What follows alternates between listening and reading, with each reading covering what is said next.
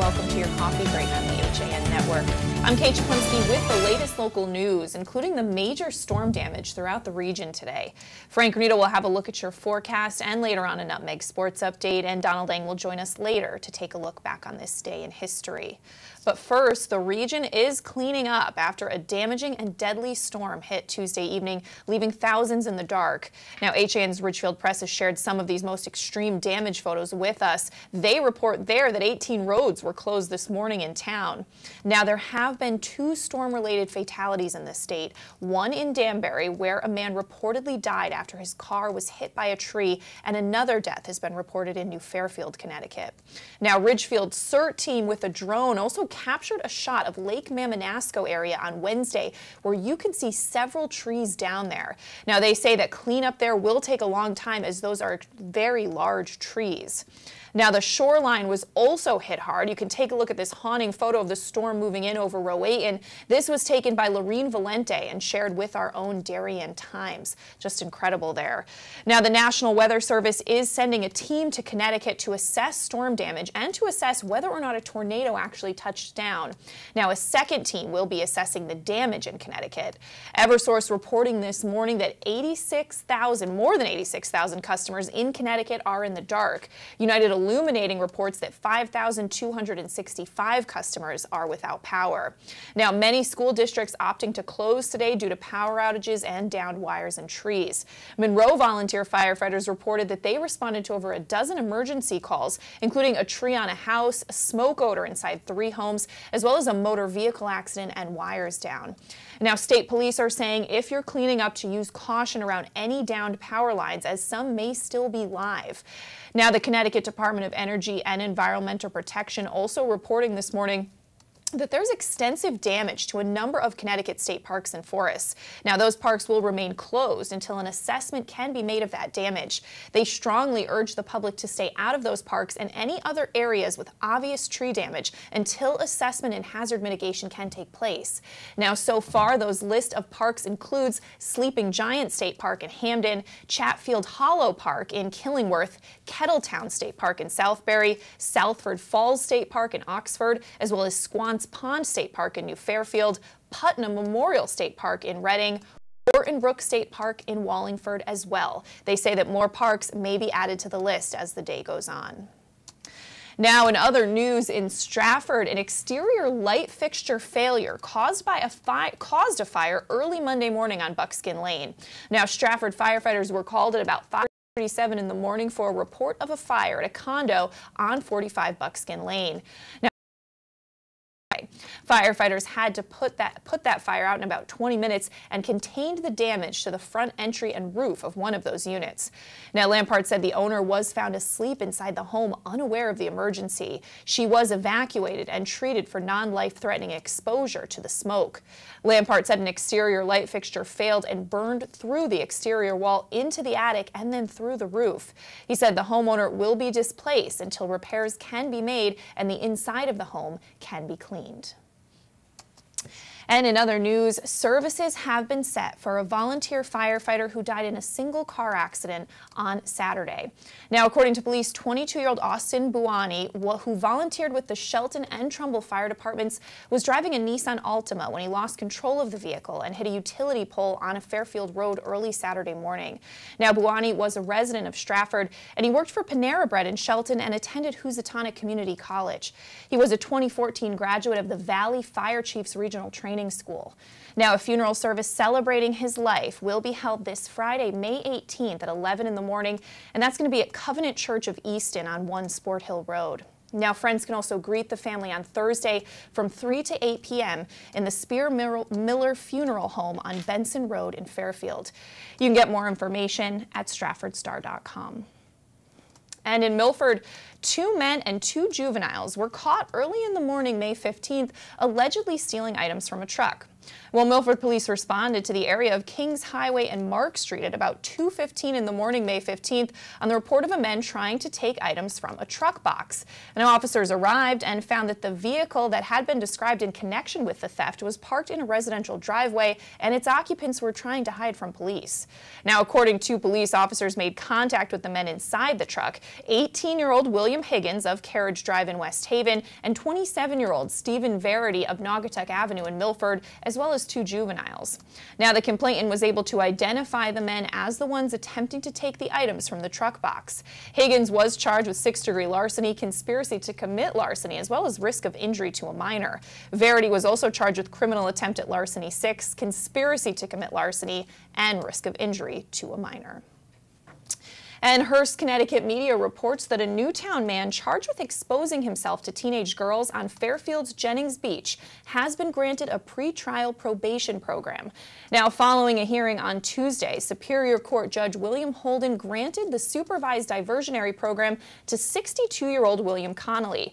Now, under the program, Connolly will undergo psychiatric treatment. If he commits no other crimes during the next 2 years, the original charges against him will be dismissed. Now, the judge also ordered Connolly to have no further contact with the victims and to stay away from Jennings Beach, according to Hearst, Connecticut media. Now, back on September 4th, 2017, police said that 2 teenaged girls were sunning on Jennings Beach when they looked up and saw a man sitting in a beach chair exposing himself to them just about 14 feet away. Now, the girls at the time took a photograph of that suspect. Police said they later received another complaint from a local woman about a man exposing himself at the beach.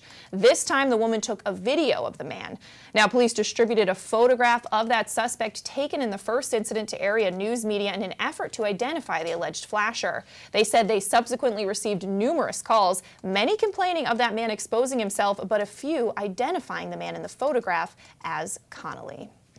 All right, taking a turn now, let's get a look at your forecast with Frank Granito. Frank. All right, Kate. Luckily, it doesn't look like we'll see any high winds or thunderstorms lingering through the rest of this week, but there's plenty of rain on the way. Starting this afternoon, cooler out today, temperatures right around 63 degrees, mostly cloudy, and we'll see some showers moving around the county in the early afternoon. Carrying into the evening and overnight, 54 the low overnight with showers carrying in to Thursday morning. A high of 70 tomorrow as it gets a little warmer in the afternoon. We'll see some sunshine breaking through as well later in the day, but it won't be for long. Increasing cloud cover overnight and some late night showers will transition us into Friday. Colder on Fridays. We're back down into the 50s, on and off periods of rain, and it looks like those are going to carry on with us all the way to Saturday. That's going to do it for this weather update. Let's go back over to Kate. All right, thanks so much, Frank. And we're going to step out for a break. Come back with your look back on this day in history, more local news, and your Nutmeg Sports update after this.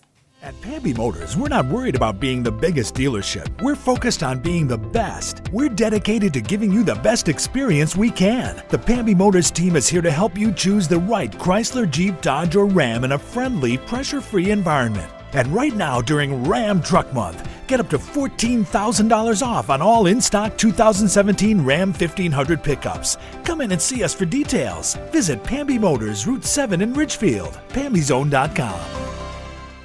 UK Gourmet is the largest specialty grocer in the area, featuring food from England, Ireland, Scotland, and Wales. Over 80 teas to choose from and a brilliant assortment of biscuits to go with them. Over 70 cheeses from grass-fed cows, which makes a smashing difference in taste.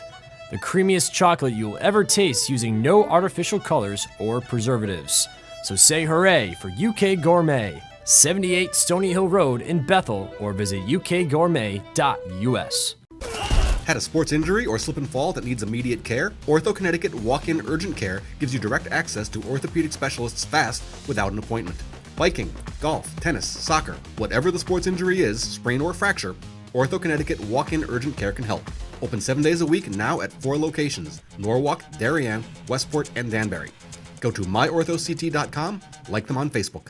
Create your dream home at Laurel Ridge. 3 bedrooms, 2-car garages, finished basements, wooded and lake views, recreation facilities galore. Stay connected to your local lifestyle with the convenience of being just minutes away from Fairfield County. Luxury townhomes that are smart, elegant, custom, and maintenance-free. Welcome back to this May 16th edition of your Coffee Break on the HAN Network. Time to take a look back on this day in history with Donald Eng. Don. Well, Kate, we've got government controversies on tap today. Not just our government either. Starting in 1868, this is our government. President Andrew Johnson acquitted on his impeachment trial by 1 vote. Now, the nominal high crime and misdemeanor charge against Johnson was a violation of the Tenure in Office Act, which had been passed to limit the power of a president to remove officials without the Senate's approval. Johnson had removed Secretary of War Edward Stanton. In reality, the impeachment was really the culmination of a long-time feud over how to deal with Southern Reconstruction. 1988 now, 30 years ago, Surgeon General C. Everett Koop states that the addictive properties of nicotine are similar to those of heroin and cocaine. Now, Koop had set a goal of a smoke-free country by 2000, and while that did not happen, cigarette usage in the U.S. declined from 38% to 27% during Koop's 8-year tenure. 2005, Kuwait grants women the right to vote. Again, Kuwait actually had gained its independence in 1961, and by 1985, the Emir Jaber Sabah declared that women had the right to vote. But under the Kuwaiti constitution, Parliament could overrule the Emir, and it did. 6 months later, voting to take the vote from women. There had not actually been any elections during that time that women had suffrage in 1985. Finally, now we go to 1918, 100 years ago, for this. Under the Act, the post office could censor the mail, and over 400 periodicals were banned for a time, including the Saturday Evening Post and the New York Times. Robert Goldstein ran afoul of the law with his film, The Spirit of 76. It was just a silent movie about the Revolutionary War, and of course the British were portrayed as America's enemy. Now, however, America and Great Britain were allies, and Goldstein was told to remove scenes of British soldiers shooting colonists. He refused and was sentenced to 10 years in a federal penitentiary. On this date in 1918, making virtually any conceivable demonstration of less than full support for the war an imprisonable offense. In addition to the Revolutionary War silent film that got the director jailed, there were some other examples also. 2 elderly women arrested for talking to each other on the phone in German, and a Lutheran minister jailed for 10 years, well, a 10-year sentence, he served 2 years, for giving a eulogy for a soldier partially in Swedish, which was that soldier's parents' native language. The act was repealed in 1920. That is your look back in history for today, May 16th, and I'm Donald Eng. All right, thanks so much, Don.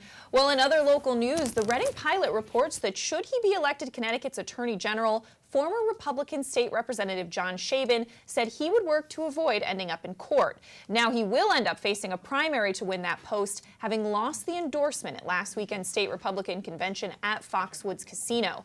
Now Shaben received about 25% of the votes cast toward that endorsement, won by Sue Hatfield of Pomfret with 69%. However, Shaben needed to only clear 15% of the votes to go to primary, which is on August 14th.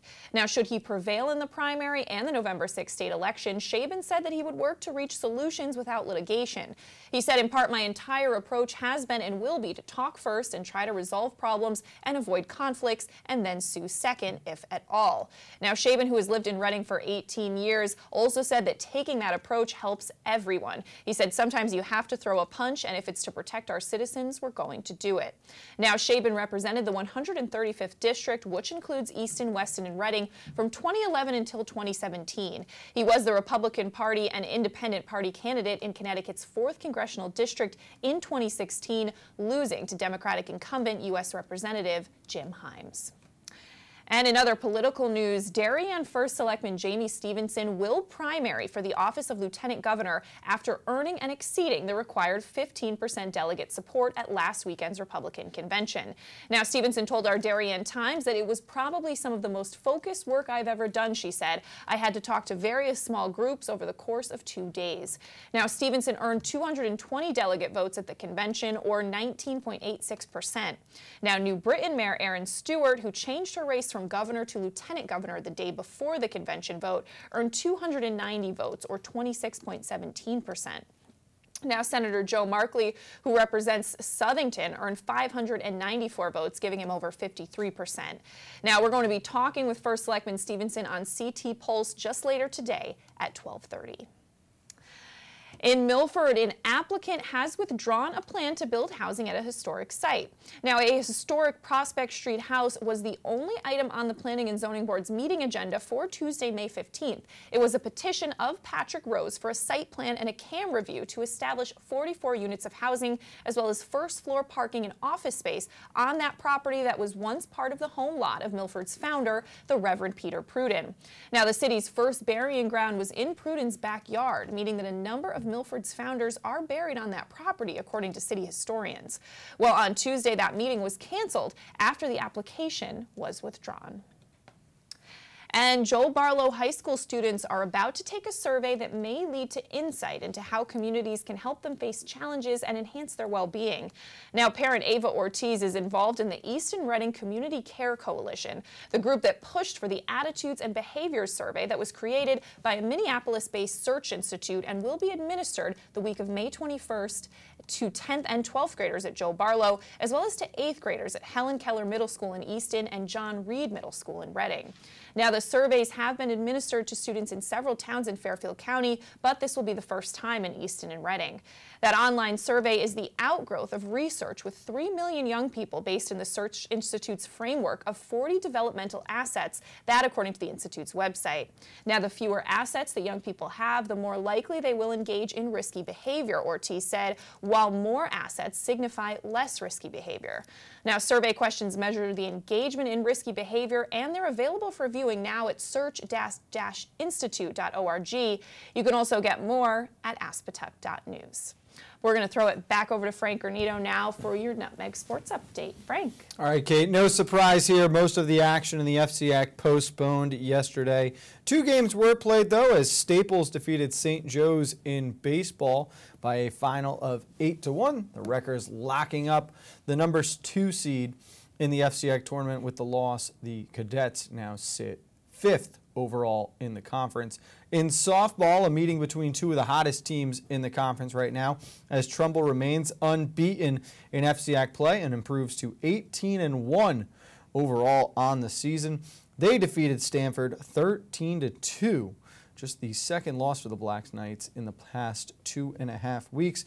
Alexa Adenolfi was 3 for 3 with 3-run scores. Delilah DeStefano had 3 hits with a pair of doubles and 4 RBIs. Courtney Fairfield also had 3 hits, a triple, 2 RBIs for her, and Julia Huzzi and Casey Barbado each had 2 hits themselves. Still being determined how much action will take place this afternoon. Rain on the way and a lot of baseball and softball games scheduled that are in doubt at the moment. We'll have plenty more on that at 2 o'clock on Nutmeg Sports. We'll also get you up to date on how yesterday's storm could impact some of the starting dates for the FCAC tournaments at the end of this week. So that's at 2. For now, though, we're going to send it back over to Kate. All right, thanks so much, Frank. And we're going to step out for a break, come back and recap some of the top stories we're following today after this.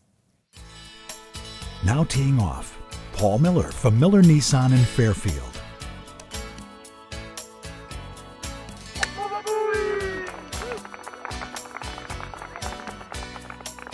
Excuse me, Mr. Miller. What about my new Sentra? Right now, lease a 2017 Sentra S for only $97 a month.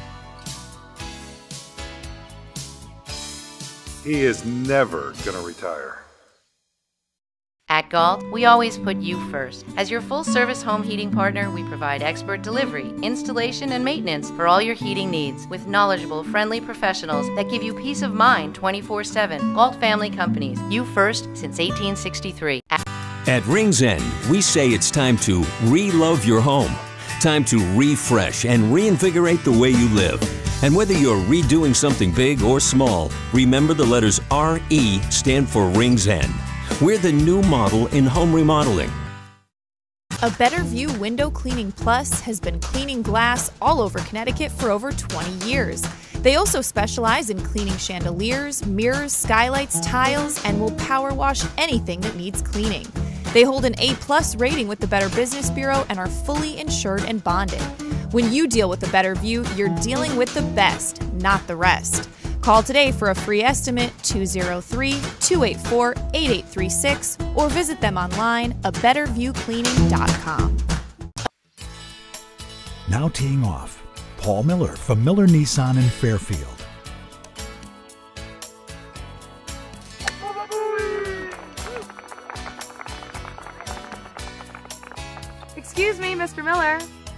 What about my new Sentra? Right now, lease a 2017 Sentra S for only $97 a month. He is never going to retire. At Galt, we always put you first. As your full-service home heating partner, we provide expert delivery, installation, and maintenance for all your heating needs with knowledgeable, friendly professionals that give you peace of mind 24/7. Galt Family Companies, you first since 1863.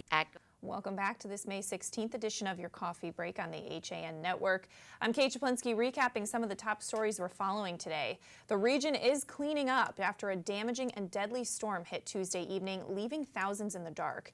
Now, HAN's Ridgefield Press shared some of their most extreme damage photos. They reported at one time this morning that 18 roads were closed in town. Now, there have been 2 storm-related fatalities in the state. One in Danbury, where a man died after his car was hit by a tree, and another death has been reported in New Fairfield. Now, Ridgefield's CERT team with a drone captured a shot of the Lake Mamanasco area Wednesday, where you can see several trees down. Now, they say cleanup will take a long time because those are large trees. Now, the shoreline was also hit hard. If you take a look at this haunting photo of the storm moving in over Rowayton. This was shot by Lorene Valente and shared with our Darien Times. Just incredible there. Now, the National Weather Service is sending a team to Connecticut to assess storm damage and to assess whether or not a tornado did touch down. A second team will be looking at the damage in Connecticut. Now, Eversource reporting this morning that more than 86,000 customers in Connecticut are in the dark, and United Illuminating reporting that 5,265 of their customers in Connecticut were without power. Now, many school districts opting to close today due to power outages and downed wires and trees. Monroe volunteer firefighters reported that they responded to over a dozen emergency calls during the storm, including a tree on a house, smoke odor inside 3 homes, as well as a motor vehicle accident and wires down.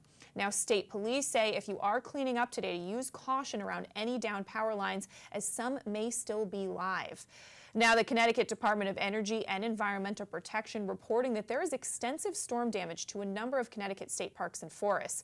They say those parks will remain closed until an assessment can be made of the damage, and they're strongly urging the public to stay out of those parks and any other area with obvious tree damage until the assessment and hazard mitigation can take place. Now, so far, the list of parks that are closed includes Sleeping Giant State Park in Hamden, Chatfield Hollow State Park in Killingworth, Kettletown State Park in Southbury, as well as Southford Falls State Park in Oxford, Squance Pond State Park in New Fairfield, and Memorial State Park in Reading, in addition to Whartonbrook State Park in Wallingford. They say that more parks may be added to that list as the day goes on. Well, in other news, in Stratford, an exterior light fixture failure caused a fire early Monday morning on Buckskin Lane. Now, Stratford firefighters were called at about 5:30 in the morning for a report of a fire at the condominium building at 45 Buckskin Lane. Fire Marshal Brian Lampart said firefighters arrived to find a significant amount of smoke and flames from the roof above an entryway there. Now, firefighters had that fire put out in about 20 minutes and contained the damage to the front entry and the roof of one of those units. Now, Lampart said that the owner was found asleep inside the home, unaware of the emergency. She was evacuated and treated for non-life-threatening exposure to smoke. Lampart said an exterior light fixture failed and burned through the exterior wall into the attic and through the roof.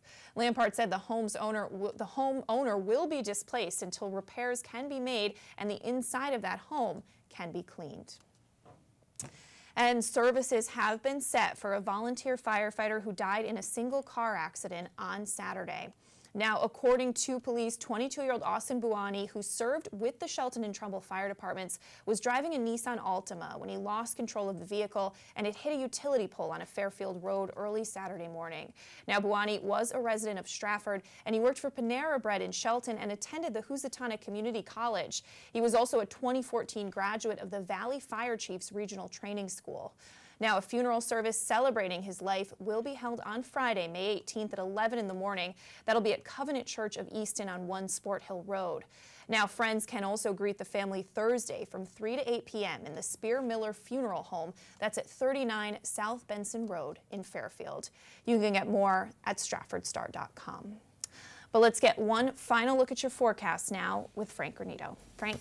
All right, again, Kate, we're looking at a couple days filled with rain here. Cooler out today, high of about 63 degrees. We'll see rain starting up around the 2 or 3 o'clock hour, and it will carry on through the evening, possibly a break overnight, but it will pick up before Thursday morning with mostly cloudy skies overnight. Rain in the morning tomorrow, should break by the afternoon. We see a little sunshine, warmer out with temperatures right around 70 degrees. Increasing cloud cover overnight. We'll see late night showers picking up into Friday, and then on and off rain on Friday with temperatures back in the 50s. It'll continue Friday night and possibly into Saturday. We're back at 2 o'clock with Nutmeg Sports, getting you caught up on everything regarding the rescheduling, postponements, and how it affects the FCI playoffs after yesterday's big storm. For now, back over to Kate. All right, thanks so much, Frank. We're going to wrap things up here on your coffee break, but I'll be back at 12:30 with CT Pulse. We'll be talking with Darien First Selectman Jamie Stevenson about her run for Lieutenant Governor, and State Senator Tony Wong will be joining us as well. So check that out at 12:30. We will see you tomorrow for your coffee break at 11 with the latest local news and more. Have a great day.